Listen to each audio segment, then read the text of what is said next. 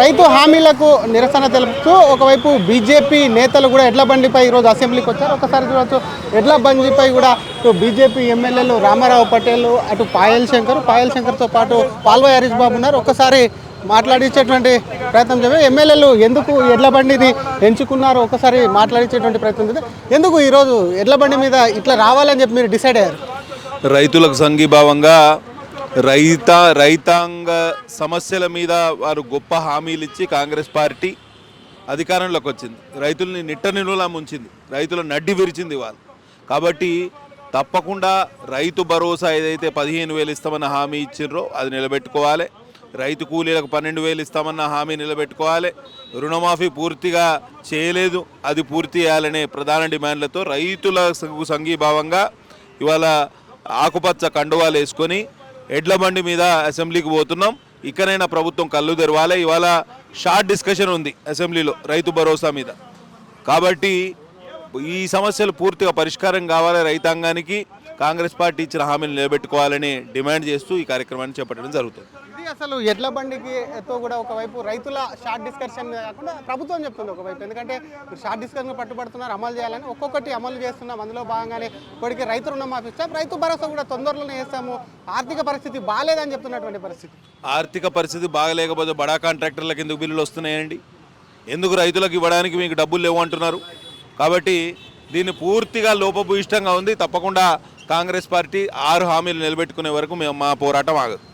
ఇది అసలు 6 హామీలు నిలబెట్టుకున్న వరకు తమ పోరాటం ఆగదని అంటున్నారు. ఒక్కసారి డిప్యూటీ ఒక్కసారి ఇంకా ఎమ్మెల్యేలు ఒక్కసారి మాట్లాడించే ప్రయత్నం చేద్దాం. ఏంటి అంటే ప్రధానంగా ఏంటి 2 లక్షల రుణమాఫీ లేకపోతే మొత్తం రైతుల సమస్యలు ఏంటి అసలు మీ ఎజెండా? రైతు పాపం ఈ సంవత్సర కాలం నుండి రైతు గోస చెప్పుకోలేని పరిస్థితి.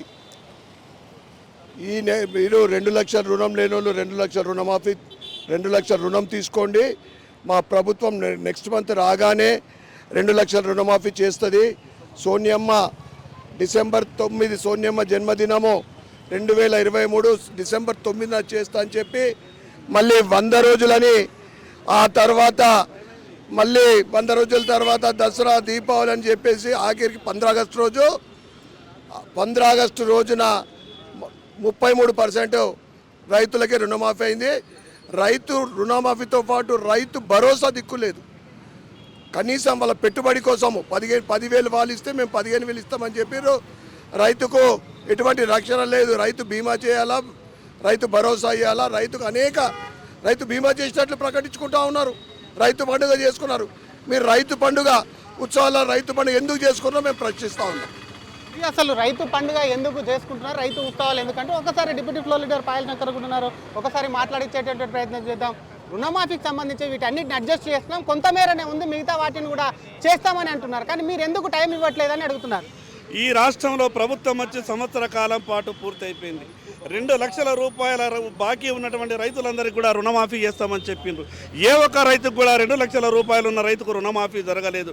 ఈ రాష్ట్రంలో పంటల బీమా పథకం అమలు చేస్తామన్నారు.